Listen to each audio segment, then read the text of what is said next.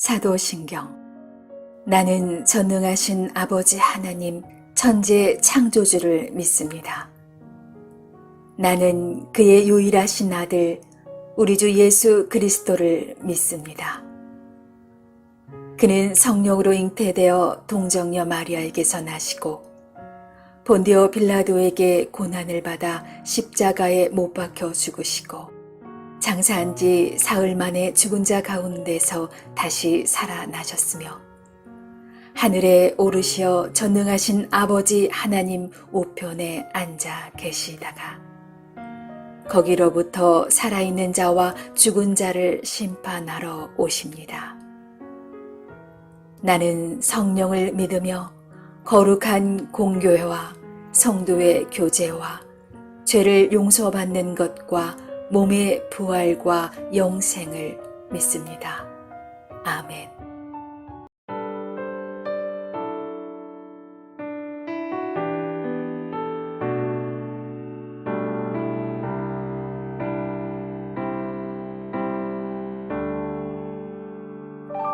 보소서 주님, 나의 마음은 선한 것 하나 없습니다. 그러나 내 모든 것 주께 드립니다. 사랑으로 안으시고 날 새롭게 하소서. 보소서 주님, 나의 마음은 선한 것 하나 없습니다. 그러나 내 모든 것 주께 드립니다. 사랑으로 안으시고 날 새롭게 하소서. 주님 마음 내게 주소서. 내 아버지 주님 마음 내게 주소서. 나를 향하신 주님의 뜻이 이루어지도록 주님 마음 내게 주소서.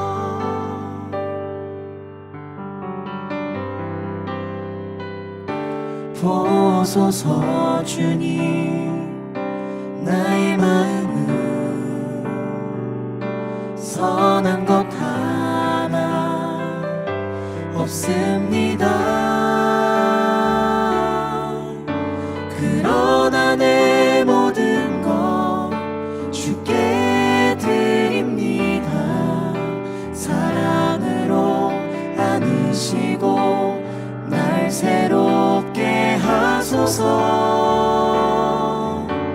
주님 마음 내게 주소서.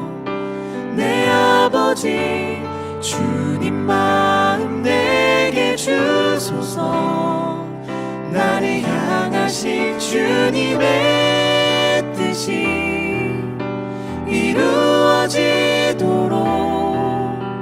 주님 마음 내게 주소서. 내게 사랑을 가르치소서. 당신의 마음으로 용서하게 하소서. 주의 성령 내게 채우사 주의 길 가게 하소서. 주님 당신 마음 주소서. 주의 성령 내게 채우사 주의 길 가게 하소서. 주님 당신 마음 주소서. 주님 마음 내게 주소서. 내 아버지 주님 마음 내게 향하신 주님의 뜻이 이루어지도록 주님 마음 내게 주소서. 주님 마음 내게 주소서. 내 아버지 주님 마음 내게 주소서. 나를 향하신 주님의 뜻이 이루어지도록 주님 마음 내게 주소서. 주님 마음 내게 주소서.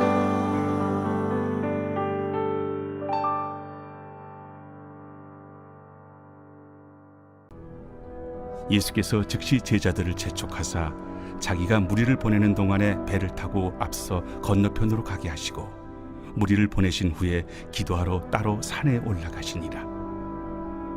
저물매 거기 혼자 계시더니 배가 이미 육지에서 술이나 떠나서 바람이 거스름으로 물결로 말미암아 고난을 당하더라.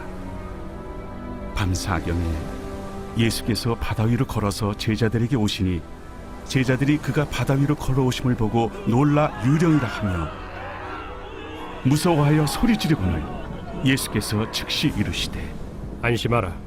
나니 두려워하지 말라.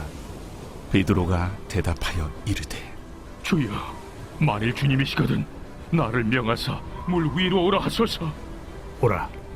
베드로가 배에서 내려 물 위로 걸어서 예수께로 가되 바람을 보고 무서워 빠져가는지라 소리질러 이르되 주여, 나를 구원하소서. 하니 예수께서 즉시 손을 내밀어 그를 붙잡으시며 이르시되 믿음이 작은 자여, 왜 의심하였느냐? 배에 함께 오름에 바람이 그치는지라. 배에 있는 사람들이 예수께 절하며 이르되 진실로 하나님의 아들이로소이다.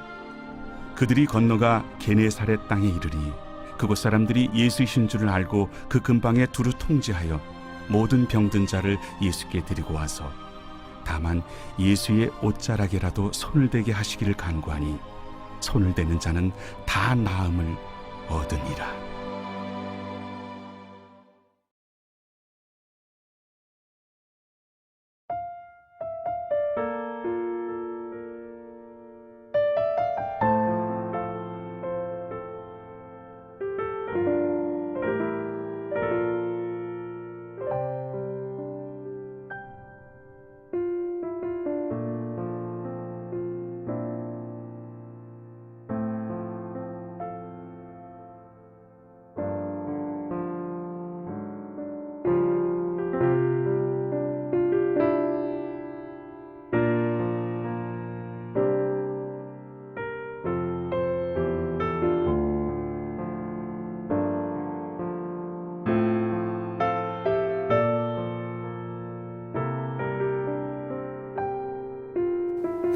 샬롬.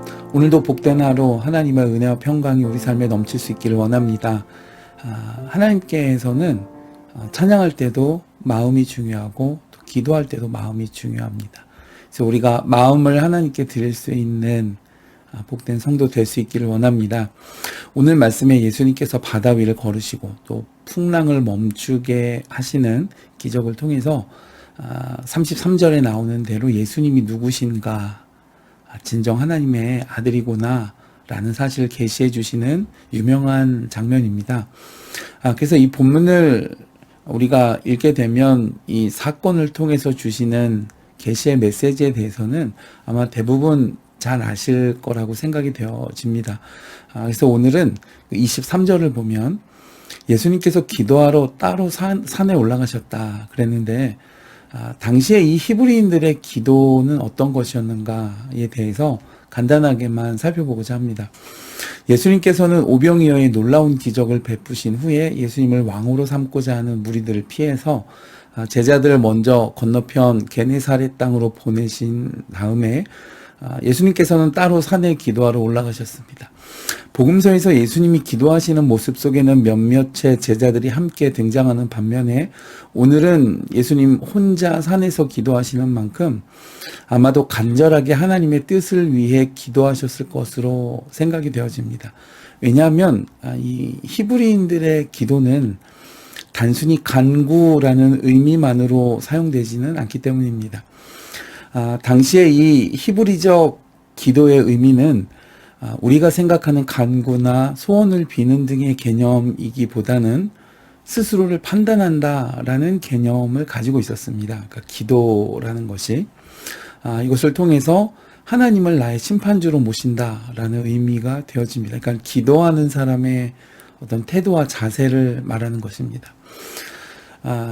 기도라는 말은 히브리어로 미트팔렐이라고 하는데 이 기도 안에는 하나님께 정직하려는 마음을 담고 있고 또 내 마음을 살피시는 하나님을 상기하려고 애쓰는 것을 이 기도의 기본 자세로 삼고 있습니다.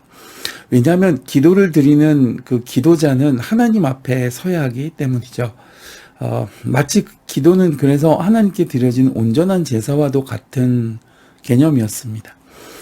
그래서 이 팔렐이라는 기도는 그냥 개인적인 간구보다는 어떤 시편의 내용들을 인용해서 하나님께 마음을 쏟아놓는 이런 기도를 말하는 것입니다. 이렇게 기도할 때는 반드시 하나님께 마음을 집중해야 했습니다. 이것을 카바나라고 하는데 중세시대의 랍비 마이모니데스라는 사람은 집중하지 않고 기도를 많이 하는 것보다 집중하면서 기도를 짧게라도 하는 것이 더 낫다라는 말을 했습니다. 그러니까는 기도할 때 하나님 앞에 어떤 마음과 어떤 자세, 어떤 태도로 나가는가가 굉장히 중요하다는 말이겠죠. 오늘 본문에 쓰인 기도하다라는 헬라어는 프로시코마이라는 단어인데 그런데 이 말이 동사가 아니라 오늘 본문에서 문법상으로 부정사로 사용되었습니다. 이렇게 되면 그 앞서 말씀드린 구약 성경에 나오는 히브리어 테필라 또는 미트팔랄이라는 기도하다라는 말의 번역어의 뜻으로 쓰인 것이 되어집니다. 그래서 이런 것을 종합해 볼 때 오늘 말씀에 예수님께서 따로 산에 올라가셔서 저물기까지 혼자 기도하셨다라는 이것은 무엇이냐? 이것은 분명하게 미트팔랄 기도였습니다. 즉 세상을 위한 하나님의 뜻을 이루시기 위해서 마음을 모으고 집중해서 하나님을 찬양하는 시편의 여러 구절들을 이용해서 마치 제사를 드린 것 같은 기도를 드리셨다는 말입니다. 여러분 오늘날 우리들은 성령 안에서 기도하죠. 하나님과의 대화처럼 기도를 생각합니다. 그리고 이것은 아버지와 자녀 간의 자연스러운 소통입니다. 그러나 오늘 말씀에 예수님께서 드린 기도는 구약의 히브리적 개념의 기도였다라는 것을 오늘 이 원문 성경의 단어와 문법을 통해서 알 수 있습니다. 그렇게 되면 이때 기도자는 하나님 앞에 서서 기도하는 것이며 그리고 나를 살피시는 하나님을 상기하면서 그 앞에서 정직하고자 하는 마음을 지키는 태도로 그 앞에 서는 모습을 의미하는 것입니다. 그게 바로 오늘 미트팔랄 기도하러 라는 말의 의미가 되는 것입니다.